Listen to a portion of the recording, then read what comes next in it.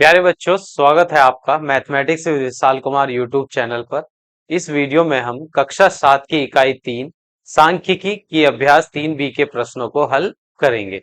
तो पहला प्रश्न है, किसी कक्षा के 5 शिक्षार्थियों ने गणित की परीक्षा में क्रमशः 40, 50, 68, 70, 72 अंक प्राप्त किए। शिक्षार्थियों के प्राप्त अंकों का समांतर माध्य ज्ञात कीजिए। अब जो 5 शिक्षार्थी हैं किसी कक्षा के, उन्होंने गणित परीक्षा में इतने अंक प्राप्त किए हैं। पहले ने 40, दूसरे ने 50, 68, 70, 72। तो इन 5 शिक्षार्थियों के अंकों का हमें समांतर माध्य ज्ञात करना है। तो समांतर माध्य ज्ञात करने के लिए हम सूत्र लगाते हैं। समांतर माध्य बराबर पदों का योग और हर में आ जाता है पदों की संख्या। पदों की संख्या। अब यहाँ पर पद कौन से हैं? तो यहाँ 5 शिक्षार्थियों के अंक दिए गए हैं, 40, 50, 68, 70 और 72। ये 5 पद हैं, इनका हम योगफल निकालेंगे। 40 प्लस 50 प्लस 68 प्लस 70 और प्लस 72, और हर में आ जाएगा पदों की संख्या।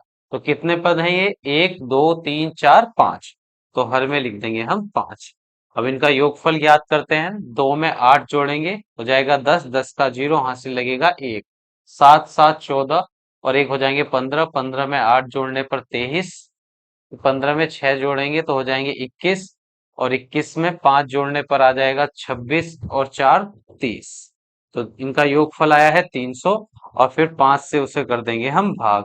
तो 5 छंग 30 और 1 शून्य आ जाएगा। समांतर माध्य आ गया है पहले प्रश्न का 60। 60 इस प्रश्न का सही उत्तर है। प्रश्न संख्या 2 पर चलते हैं। किसी फैक्ट्री के 15 मजदूरों की प्रतिदिन की मजदूरी क्रमशः 70, 110, 65, 80, 75, 85, 80, 76, 94, 100, 105, 110, 103, 81, 86 रुपए है। मजदूरों की मजदूरी का समांतर माध्य ज्ञात कीजिए। अब यहाँ हमें 15 मजदूरों की मजदूरी का समांतर माध्य ज्ञात करना है। तो समांतर माध्य का सूत्र होता है समांतर माध्य बराबर पदों का योग और हर में आता है पदों की संख्या।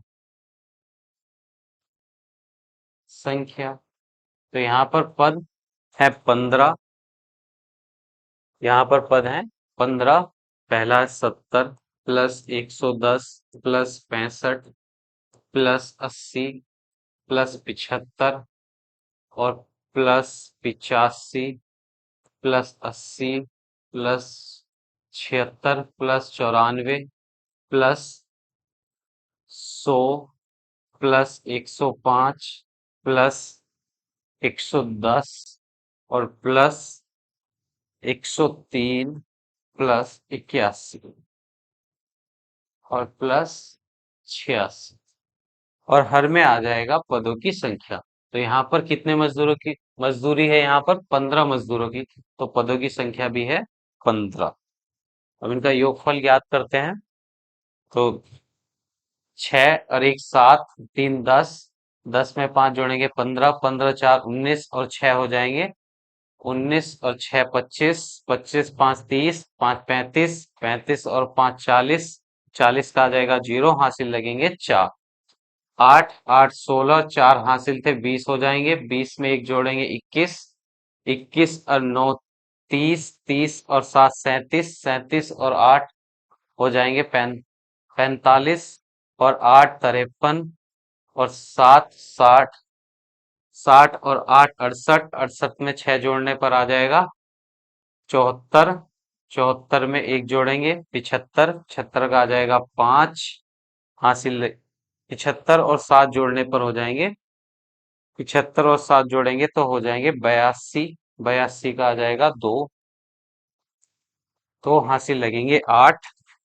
तो यहाँ पर जोड़ते हैं 1 1 2 3 4, 4 5, 5 और 8 हो जाएंगे 13। यानी कि 1320 और हर में आ जाएगा 15।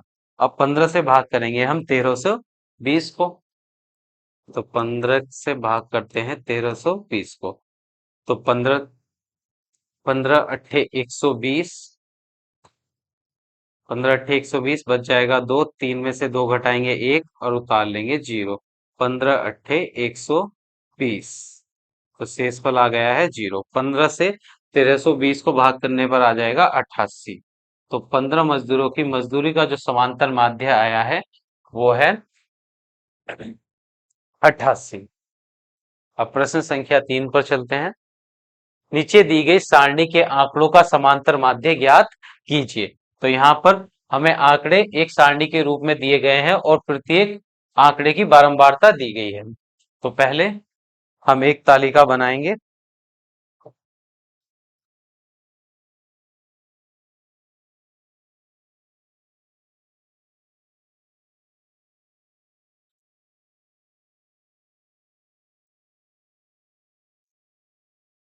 जिसमें दो कॉलम होंगे और जिसमें तीन कॉलम होंगे।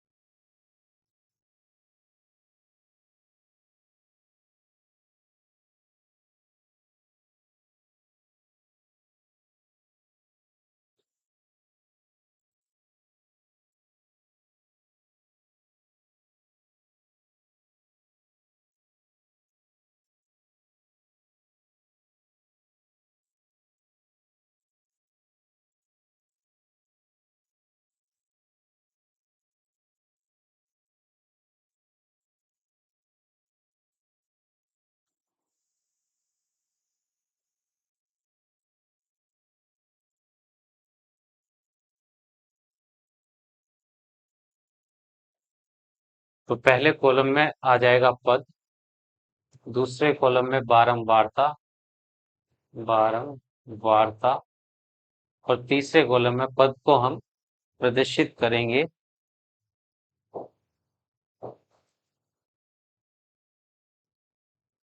पद को प्रदर्शित करेंगे हम x से और बारंबारता को f से, और तीसरे कॉलम में आ जाएगा x गुणा f। तो पहला पद है यहाँ पर 40, पहला पद है 4 और 4 की बारंबारता दी गई है 3, तो 4 के सामने आ जाएगा 3। फिर इस x की गुणा f से करेंगे, 4 तिया 12। फिर दूसरा पद है 6 और उसकी बारंबारता है 4, तो 6 और उसकी बारंबारता 4, 6 चौक हो जाएंगे 24। फिर अगला पद है 8 और उसकी बारंबारता है 2, 8 की गुणा 2 से करेंगे, 8 दूनी 16। फिर अगला पद है 10 और 10 की बारंबारता है 2, 10 की गुणा 2 से करेंगे तो आ जाएगा 20।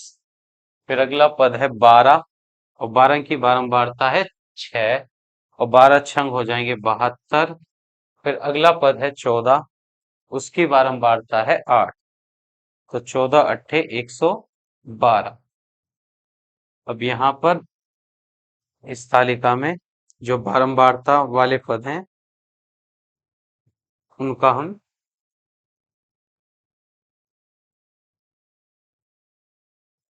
उनको जोड़ लेंगे, तो यहाँ आ जाएगा समेशन एफ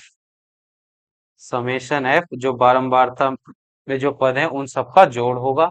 4 और 3 7 और 2 9, 2 हो जाएंगे 11, 11, 4 3 7 और 2 9 और 2 हो जाएंगे 11 और 6 17, 17 में 8 जोड़ेंगे तो हो जाएंगे 25।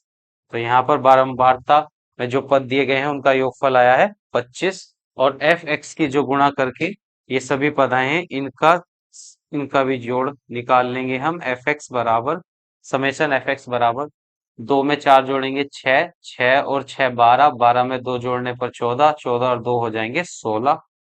हासिल लगेंगे एक, एक और एक दो, दो चार, पाँच छह सात, सात में 7 जोड़ेंगे 14 और एक हो जाएंगे 8, और ये आ जाएगा 186। अब हमें इनका निकालना है समांतर माध्य। तो समांतर माध्य का सूत्र होगा समांतर माध्य बराबर, जब हमें पद आंकड़े एक तालिका के रूप में दिए जाते हैं और उनकी बारंबारता दी जाती है तब समांतर माध्य का सूत्र होता है समेशन एफ एक्स और बटे में समेशन एफ। तो यहाँ समेशन एफ एक्स का मान आया है 186। यहाँ समेशन एफ का मान जोड़ लेते हैं दोबारा से। 2 और 4 6, 6 12 और 2 14 और 2 16, हासिल लगा एक, एक और एक दो, 2 4, एक 5 6 7, 7 और 7 14 और एक 15 का आ जाएगा यहाँ पर 5। तो यहाँ पर आया था 6, 15 का 5, हासिल लगेगा एक और एक हो जाएंगे दो, 256। समेशन आया है 256 और हर में है समेशन एफ का मान 25। अब 25 से भाग करेंगे हम 256 को। 25 से भाग करते हैं 256 को, तो 25 यहाँ पर है 256, 25 25, 25 में 25 घटाएंगे 0, उतार लेंगे 6। अब 25 के पाड़े में 6 नहीं आता, ना ही 6 से छोटा कोई अंक, तो इसका लग जाएगा 0। दशमलव लगाएंगे जिससे एक 0 बढ़ जाएगा। 25 दूनी 50 और 60 में से 50 घटाएंगे तो आएगा 10। दशमलव लगा हुआ है जिससे एक 0 बढ़ जाएगा। 25 चौका 100। तो यहाँ पर उत्तर आया है 10.24। तो इस प्रश्न का समांतर माध्य आया है 10.24। अब प्रश्न संख्या 4 पर चलते हैं। शिक्षार्थियों की ऊंचाई, बारंबारता, उपयुक्त आंकड़ों का समांतर माध्य ज्ञात कीजिए। तो इस प्रश्न में भी हमें आंकड़े जो दिए गए हैं एक तालिका के रूप में दिए गए हैं और उनकी बारंबारता दी गई है। तो जब हमें आंकड़े बारंबारता के तालिका के रूप में मिलते हैं और उनकी बारंबारता दी जाती है, तो पहले हम बनाते हैं एक तालिका जिसमें 3 कॉलम होंगे।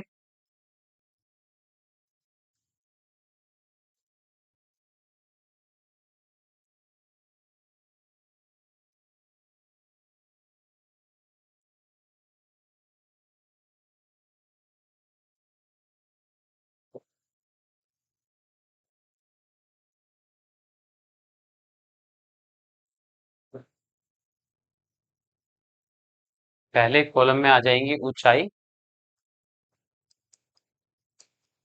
ऊंचाई जिसे हम एक्स से प्रदर्शित करेंगे।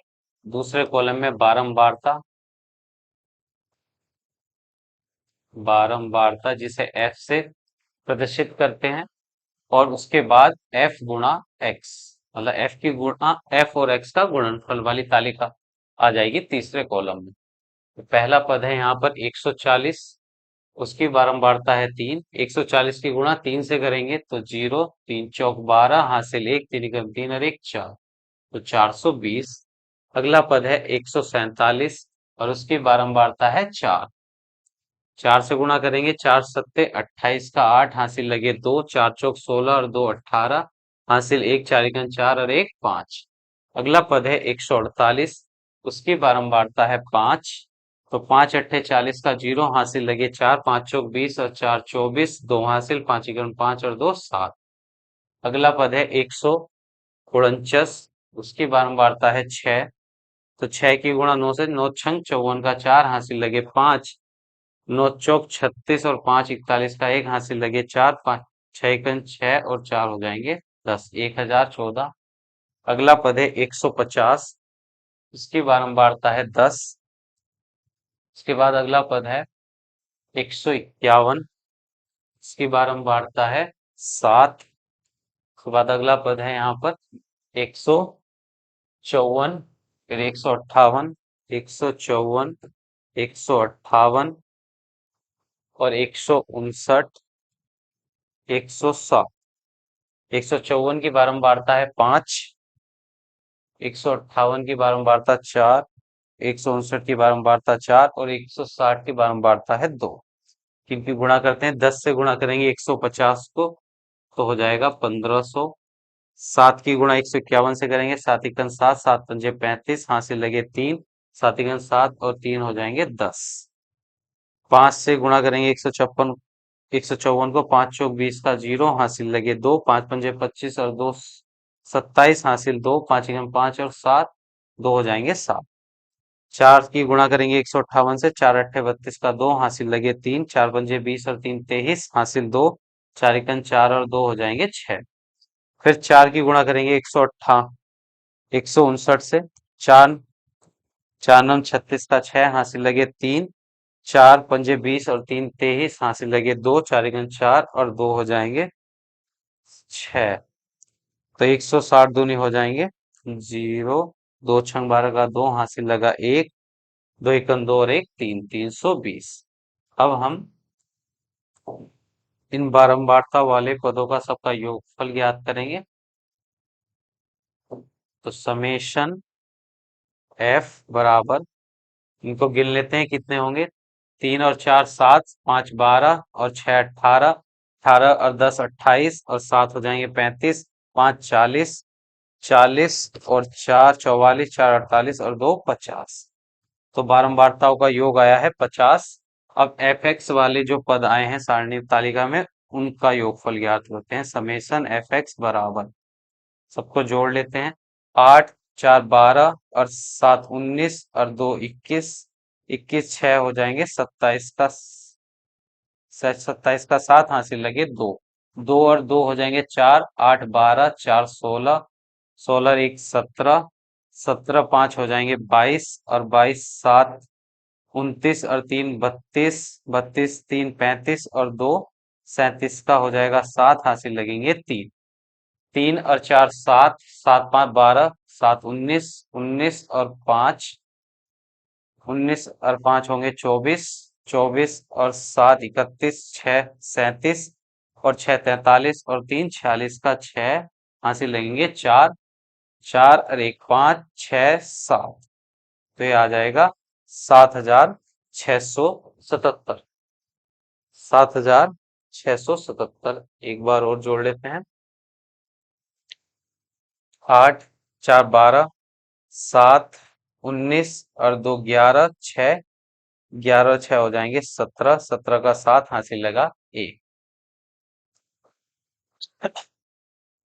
0 3 चौक 12 हासिल लगा 1, 3 एकम 3 4, 4 7 28, 2 हासिल, 4 चौक 16, 2 18 हासिल 1, 4 एकम 4 1 5, 5 अट्ठे 40 का 0 हासिल लगे 4, 5 चौक 20 और 4 24, 2 5 एकम 5 और 2 7, 6 नम 54 का 4 हासिल लगे 5, 9 चौक 36 और 5 हो जाएंगे। नहीं, यहाँ पर 6 नम 54 का 4 हासिल लगे 5, 6 चौक 24 और 5 होंगे 29, 24 और 5 हो जाएंगे 29 हासिल लगेंगे 2, 6 गन 6 और 2 हो जाएंगे 8। तो यहाँ पर ये एक शून्य नहीं।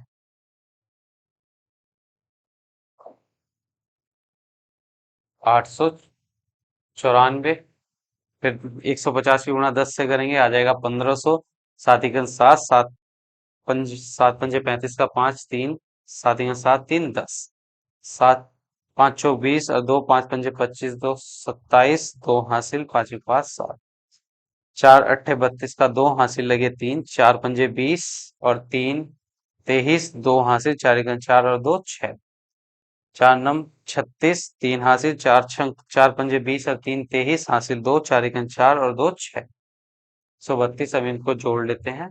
तो यहाँ योगफल भी हमारा गलत हो जाएगा।